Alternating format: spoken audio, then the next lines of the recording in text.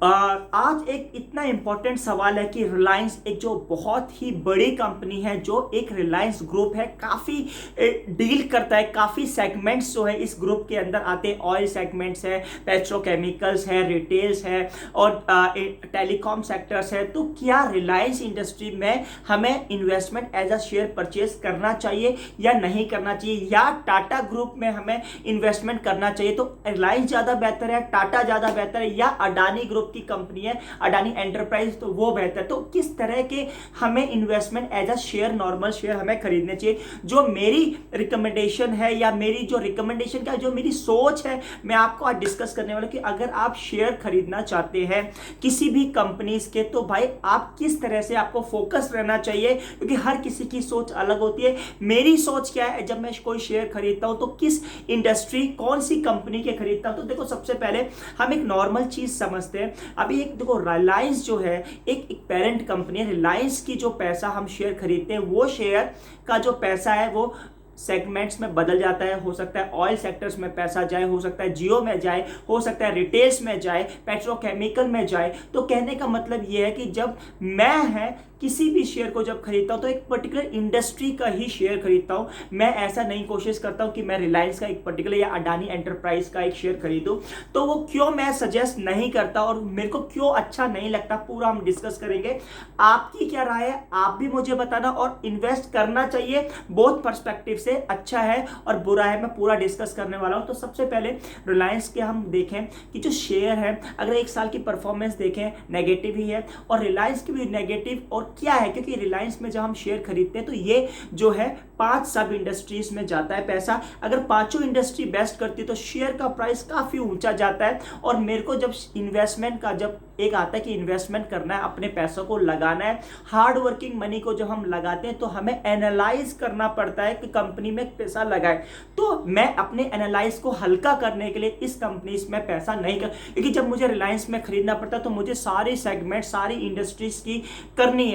अब इसी की तरह अगर मैं इंडिगो एयरलाइंस की बात करूं, तो इंडिगो एयरलाइंस में एविएशन इंडस्ट्री का ही मुझे रिसर्च करना, और इंडिगो में मैं पैसा लगा सकता हूं। तो मेरे को लगता है कि मैं एक पर्टिकुलर सेगमेंट, पर्टिकुलर इंडस्ट्री वाली कंपनी में ज्यादा पैसा लगाने में सेफ मुझे महसूस होता है। चाहे वो मेडिकल हो, फार्मा हो, कोई भी कंपनी हो, चाहे वो आईटी स्टॉक्स हो। अब टाटा ग्रुप में ऐसी क्या खासियत है? देखो, टाटा ग्रुप की कंपनीज भी टाटा कॉर्पोरेशन हो सकती है। अगर टाटा कॉर्पोरेशन होती तो मैं भी सजेस्ट नहीं करता। मुझे इसलिए अच्छा लगता है टाटा ग्रुप, क्योंकि अगर मुझे टाटा स्टील में लगाना है, टाटा स्टील में पैसा, टाटा मोटर्स में, टाटा मोटर्स में, टाटा पावर्स में, टाटा पावर, टीसीएस में। तो इस तरह से जितनी, क्योंकि टाटा ग्रुप ने अपनी हर सेक्टर्स को अलग अलग कंपनीज में बांट रखा है। तो जिसका जो इंटरेस्ट है, जैसे मुझे आईटी स्टॉक्स बहुत अच्छे लगते हैं, तो मुझे टीसीएस कंपनी ज्यादा अच्छी लगती है, इंफोसिस है, विप्रो है।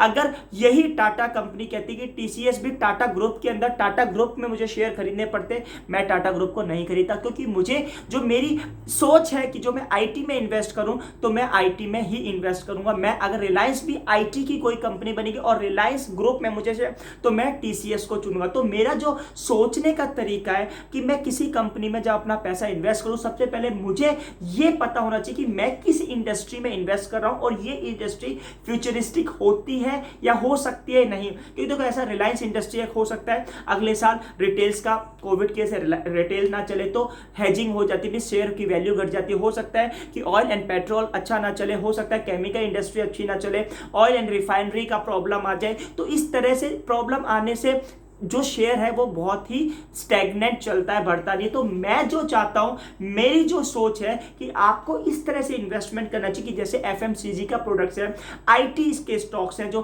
फार्मा सेक्टर्स हैं, मोटर्स हैं, तो किसी इस तरह की, जैसे अब हिंदुस्तान लीवर एक एफएमजीसी है। तो इस तरह से जितने भी प्रोडक्ट्स हैं, तो आपको इन सबसे पहले क्या है, उसमें फायदा क्या है, एक इंडिविजुअल पर्टिकुलर स्टॉक्स में, कि आपकी जो रिसर्च है वो बहुत कम हो जाती है। दूसरा फायदा क्या है, आपका जो सोच है कि आप सोचते हो कि आईटी आने वाले 10 साल बहुत बूम होगी, तो आईटी के पर्टिकुलर स्टॉक्स में आप इन्वेस्ट कर सकते हो, क्योंकि आपको भी पसंद है और आपकी इच्छा से भी पैसा इन्वेस्ट हो रहा है। तो अगर ग्रुप ऑफ कंपनीज में हम पैसा लगाते हैं, अडानी एंटरप्राइज में हम पैसा लगाते हैं, रिलायंस ग्रुप में पैसा लगाते हैं, तो ये पैसा कहां डिस्ट्रीब्यूट हो रहा है हमें तो नहीं पता। और जैसी परफॉर्मेंस आती है साल में, ऐसा तो नहीं कि सारी की सारी इंडस्ट्री अच्छी चलती है, कुछ इंडस्ट्री अच्छी नहीं होती, कुछ इंडस्ट्री सही नहीं चलती, और कुछ अच्छी। तो ऐसा कोलैबोरेट होने के बाद जो शेयर का प्राइस है वो इतना। तो मेरे हिसाब से जो मैं सोचता हूं कि जैसे अगर मेरे को कोई बोले कि रिलायंस और टाटा ग्रुप में आप किस में ज्यादा प्रेफर करोगे, तो मैं टाटा में इसलिए करता हूं क्योंकि टाटा की जो सेगमेंट्स है इंडस्ट्री के, आईटी का सेगमेंट्स अलग है,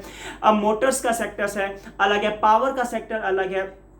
और आपने एक चीज नोट करी होगी कि अगर हम पावर की भी बात करें तो कोल इंडिया बहुत पुरानी कंपनी है, तो कोल इंडिया भी इतना अच्छा परफॉर्मेंस नहीं, कंज्यूमर के हिसाब से वो अच्छी हो सकती है। और देखो ऐसा कोई बड़ी कंपनी का मकसद ये नहीं कि हम शेयर उसका खरीदे और वो बहुत ज्यादा प्रॉफिटेबल हो, क्यों हो सकता है कि वो कंपनी ज्यादा प्रॉफिटेबल ज्यादा अच्छी हो कंज्यूमर के पर्सपेक्टिव से, शेयर मार्केट के पर्सपेक्टिव से नहीं होगी।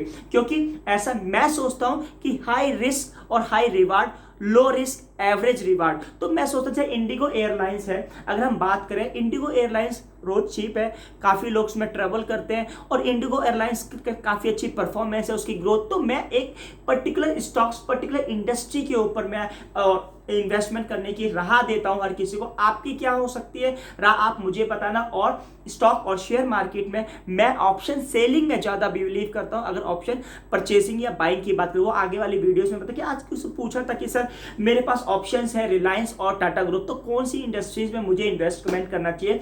तो मैंने जो बताया, अगर मेरी राय, अगर मेरे पास पैसा है और मैं इन्वेस्टमेंट करूंगा तो मैं टाटा ग्रुप में इसलिए करूंगा क्योंकि मेरे को लगता है कि आईटी अच्छी चलेगी तो टीसीएस का शेयर खरीदूंगा।